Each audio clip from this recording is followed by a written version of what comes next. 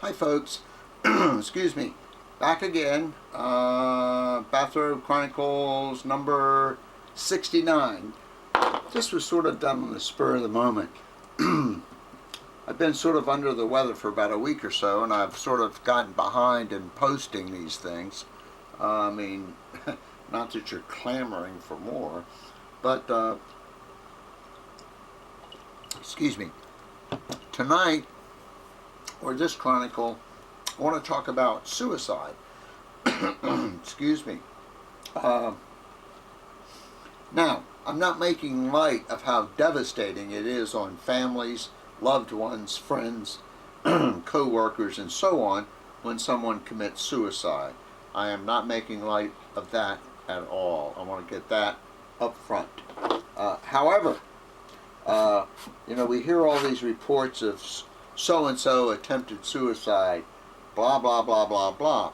And have you ever wondered a couple of things? Number one, where do we get these figures that X number of people attempted suicide? Now,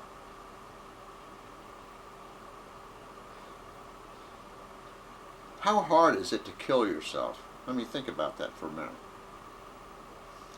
If you wanted to kill yourself, in other words, if you, through whatever process, have gotten to a point, for whatever reason, that you decide that you no longer want to be here, how difficult is it to kill yourself? Think about that for just a second. It seems fairly easy. Though the human body can withstand a lot, it can't withstand many jumps off of a 10-story building. It can't stand many, like, bullets in the head, and it can't stand many gigantic overdoses. So, when someone says, or you hear about someone who tried to commit suicide, what does that mean?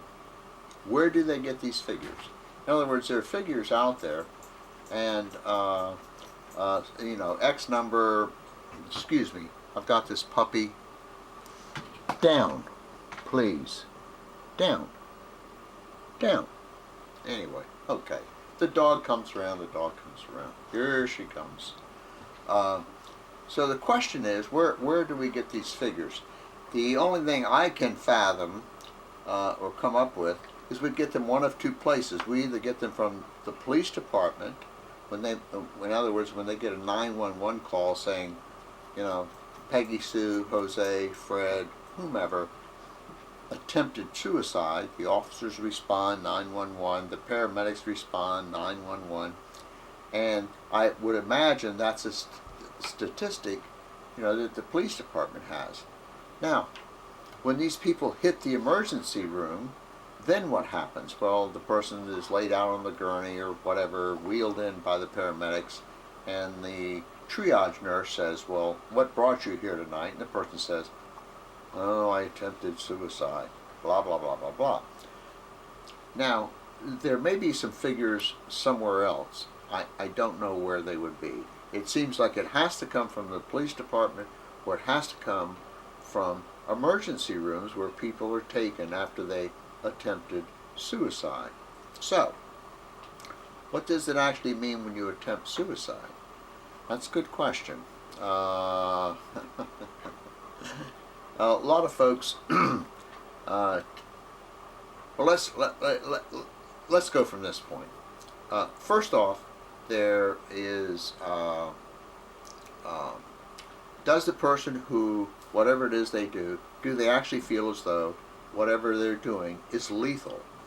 In other words, does the person think that whatever they're going to do or have done will kill them? Well, that's a good point. In other words, if I feel as though 15 aspirin will kill me, and I take 15 aspirin, then maybe I want to be dead. But the question is if 15 aspirin would kill me, or 900 Prozacs, or whatever you want, how did anybody find out that I actually took these things? So, for instance, if I pop a bunch of pills and then I call 911, do I want to be dead? And is that a suicide attempt? Think about that for a second. Excuse me. Now, sadly, most people who kill themselves, they just kill themselves. That's it. And no one knows about it. They're found by police officers. They're found by paramedics who show up at the house for whatever reason. And these folks are dead. So, what do we say about these other folks, this so-called attempted suicide? Well, I think we should sort of downgrade that. I don't think they attempted to kill themselves.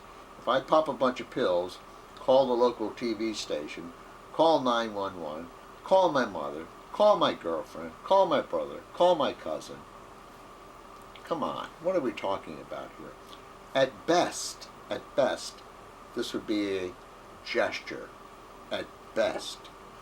And then you get all the people, who come to the emergency room, and they, the paramedics have fired up these huge trucks and run out there, with the lights on and the sirens screaming and police escorts, to pull up in front of this house where this person attempted suicide.